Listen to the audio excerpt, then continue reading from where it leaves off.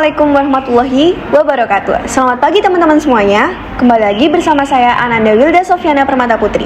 Di sini saya akan memimpin podcast yang akan kelompok kami lakukan pada pagi hari ini. Untuk itu, kelompok kami membawakan podcast dengan judul Edukasi Kewaspadaan Masyarakat Terhadap Begal di Beberapa Wilayah di Surabaya. Untuk contoh kasusnya, akan saya tampilkan video pertama. Aksi perampasan motor korban oleh kawanan begal di parkiran ruko daerah Ketintang, Surabaya, Jawa Timur ini terekam CCTV. Korban yang sendirian diancam akan dipukuli oleh 4 orang pelaku jika tidak menyerahkan motornya. Berbekal rekaman CCTV, polisi menangkap para pelaku. Komplotan ini telah merampas motor sebanyak 36 kali di sekitar wilayah Surabaya. Hasil curian dijual ke penada dengan harga 2 hingga 4 juta rupiah. Selain menangkap pelaku, polisi juga menyita 3 unit sepeda motor dan sejumlah barang bukti lainnya. Ada yang mengancam, karena pada saat minta nggak dikasih, mereka mengancam. Kalau enggak, kamu saya bunuh. Gitu. Pernah melukai korbannya nggak ini? Tidak pernah melukai, tapi mereka mengancam dengan gayanya seolah-olah mengeluarkan senjata tajam. Waduh, selamat pagi Kak Indira. Gimana kabarnya? Baik? Baik ya, alhamdulillah. Nah, kalau gitu langsung aja. Tadi kan Kak Indira udah lihat nih video yang aku kasih video sama seperti Kak Arsya. Terus aku boleh nanya-nanya ya. Menurut Kak Indira sendiri itu apa sih dampak negatif bagi masyarakat mengenai kejahatan begal yang kerap terjadi? Oke, kalau untuk dampak negatif pastinya banyak ya. Karena dimulai dari mungkin fisik ya, karena pasti ada saja yang kena kan, karena begal itu bisa aja mereka menggunakan senjata, terus juga kemudian dalam materi, karena begal ini kan bisa aja mereka begal selain kendaraan dan mungkin barang-barang mereka juga gitu kan. Jadi selain fisik ada materi juga, kemudiannya sih itu sih kalau berarti tapi lebih ke materi nih ya, kan yang mereka incar tuh di materi. Iya, materi, barang-barang yang mereka punya. Oke, menarik. Terus, menurut Kak Indira sendiri itu apa yang harus dilakukan terhadap pelaku begal yang selalu meresahkan masyarakat? Tentunya harus diberi hukuman sih. Karena kan kalau misalnya diberi hukuman ya nggak mungkin jerak ya. Jadi bagi pelaku begal yang sudah ditemukan ini wajib diberi hukuman sesuai dengan ketentuan yang telah ditetapkan oleh negara ini gitu. Sebagai bentuk pertanggungjawaban juga. Terus mungkin hukuman secara sosial juga perlu kali ya, karena biar mereka kayak merasa dikucilkan atau apa, itu kayak juga penting deh. Iya, justru itu lebih berpengaruh sih kalau hubungan sosial itu ya. Menarik. Oke. Selanjutnya, kira-kira nih menurut Kak Indira itu apa saja faktor yang mendorong seseorang untuk melakukan kejahatan seperti begal? Pastinya faktor ekonomi itu jelas sekali ya. Pertama sih ekonomi. Tapi selain itu mungkin ada ancaman juga dari eksternal, entah dari siapapun itu. Ada aja orang yang diancam untuk melakukan begal. Mungkin bisa saja dia melakukan begal karena nyawanya terancam gitu. Bisa aja kan faktor itu. Tapi faktor yang paling berpengaruh itu tentunya ekonomi. Berarti pendidikan karakter dan moral mereka sebagai pelaku begal juga dipertanyakan di sini. Soalnya sampai mereka harus melakukan begal. tindakan kotor seperti itu. Oke, terima kasih Kak Indira bersama. Oke, pagi Kak Rani. Oke, Kak Ananda, pagi. Gimana nih kabarnya? Sehat gak nih? Sehat dong. Oke, masih seputar begal nih ya. Iya. Aku juga bakal tanyain sama seperti sebelumnya. Tapi di sini aku bakal tanya dengan case yang berbeda. Untuk itu, mari kita lihat videonya. Saudara, maraknya aksi begal di Surabaya direspons sigap oleh aparat kepolisian. Kejahatan Umum Satreskrim Polrestabes Surabaya setelah melakukan aksi pembegalan di wilayah Jalan Puncak Indah Lontar. Ketika korban ketakutan, mereka pun berhasil membawa kabur sepeda motor yang diincarnya.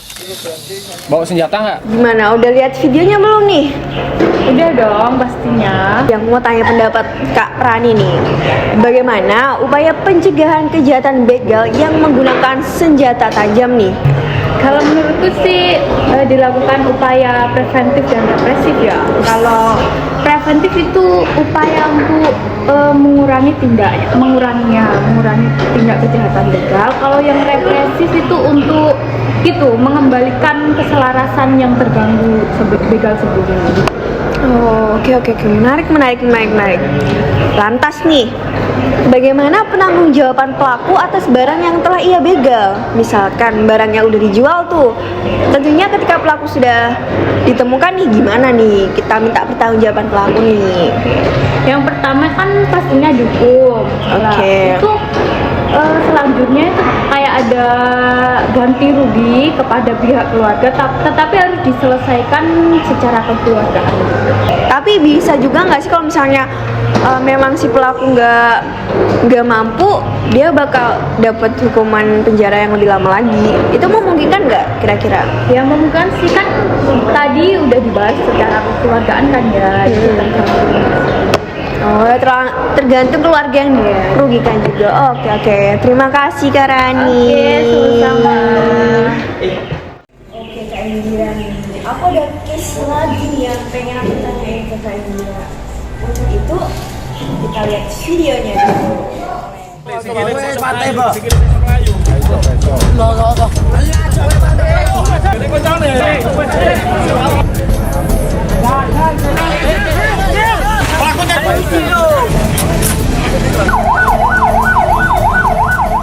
Oke Kak Indira, tadi udah lihat nih ya case-nya ya. Ih, bener-bener nyeremin gak sih sampai digebukin masa gitu? Ya ampun, parah barang. Kalau gitu aku mau tanya nih, menurut Kak Indira sendiri, apakah pantas jika pelaku begal itu dihakimi masa? Tentu nggak pantas dong ya, karena kalau kataku itu tidak mencerminkan pribadi dari warga Indonesia ya. Betul. Sekalipun si begal itu merugikan dan meresahkan masyarakat, tetap aja pelaku begal harus diberikan hukuman atas pertanggungjawabannya ya sesuai dengan ketentuan hukum yang ada di negara. Jadi ya menurutku itu sangat amat tidak pantas sih perlakuan seperti itu. Jadi menurut Kak Indira ini kurang setuju ya kalau misalnya langsung di... Iya, itu benar-benar hal yang nggak boleh dilakukan sih, ya nggak boleh. Karena dia juga punya hak asasi manusia ya. Betul. Oke. Nah, Kak Indri kan tadi juga udah lihat nih, itu tuh langsung dihakimin masa ya kan, digebukin kayak aku rasa tadi tuh sampai berdarah-darah juga. Nah, menurut Kak Indri sendiri, apakah dengan melakukan hal tersebut itu akan membuat pelaku tuh bakal jerak untuk tidak melakukan tindakan kejahatan begal lagi? Tentunya kalau pendapatku itu nggak akan bikin jerak ya. Sebenarnya balik lagi sih ke pribadi masing-masing. Tapi dengan hukuman secara hakim sendiri itu justru malah akan menimbulkan dendam. Bisa aja kan. Jadi si pelaku begal itu merasa dendam. Mungkin bakal muncul kasus lain ya. Selain begal, dia akan membalas dengan cara lebih sadis lagi mungkin ke masyarakat.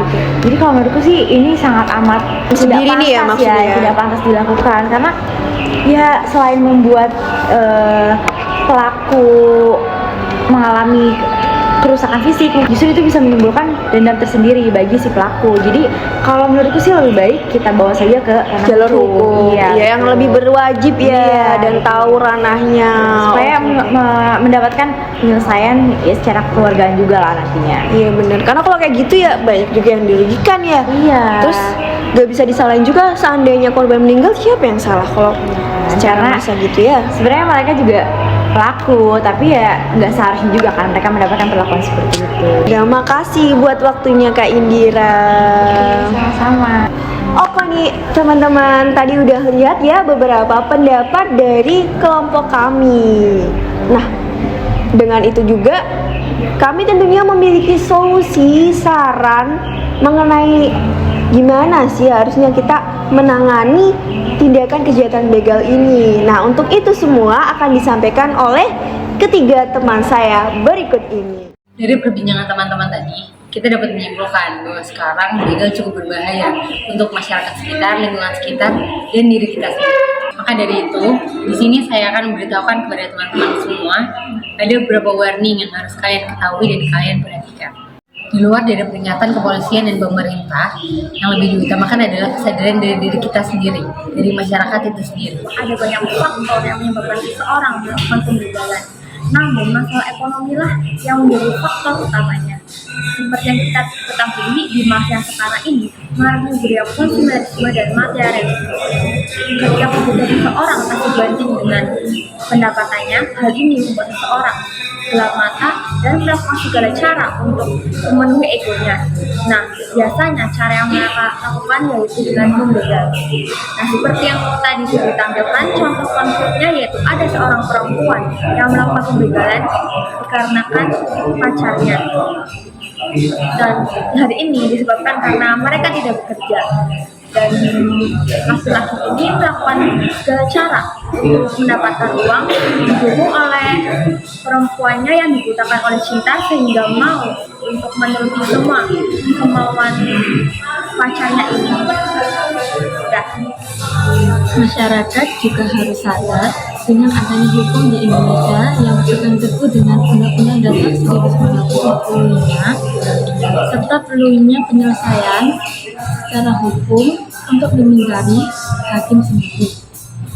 Selain itu, pelaku yang ditangkap akan dilarikan ke kantor polisi dan untuk diselesaikan secara hukum. Sanksi atas pembegalan yang tertera pada pasal 365 akan mendapatkan hukuman selama 9 tahun hingga paling lama 12 tahun. Dan jika korban sampai meninggal dunia, pelaku pembegalan akan dikenakan pidana selama 15 tahun. Yang pertama yaitu dengan peningkatan kesejahteraan rakyat untuk mengurangi pengangguran. Hal ini diharapkan dapat mengurangi kejahatan begal yang terjadi. Yang kedua, meningkatkan penyuluhan hukum untuk memeratakan kesadaran hukum rakyat. Lalu yang ketiga, menambah personil kepolisian serta menambah personil penegak hukum lainnya untuk lebih meningkatkan tindakan preventif maupun preventif. Oke teman-teman, tadi kan udah dengar juga solusi saran, bahkan peringatan dari ketiga teman-teman dari kelompok kami. Maka dari itu, berakhirlah juga podcast pada kali ini. Saya sebagai moderator meminta maaf apabila dalam memimpin podcast kali ini ada kesalahan kata maupun perilaku. Maka dari itu, saya meminta kepada hadirin semuanya untuk melebar-lebarkan pintu maaf kepada kami semuanya. Terima kasih atas perhatiannya dan wassalamualaikum warahmatullahi wabarakatuh.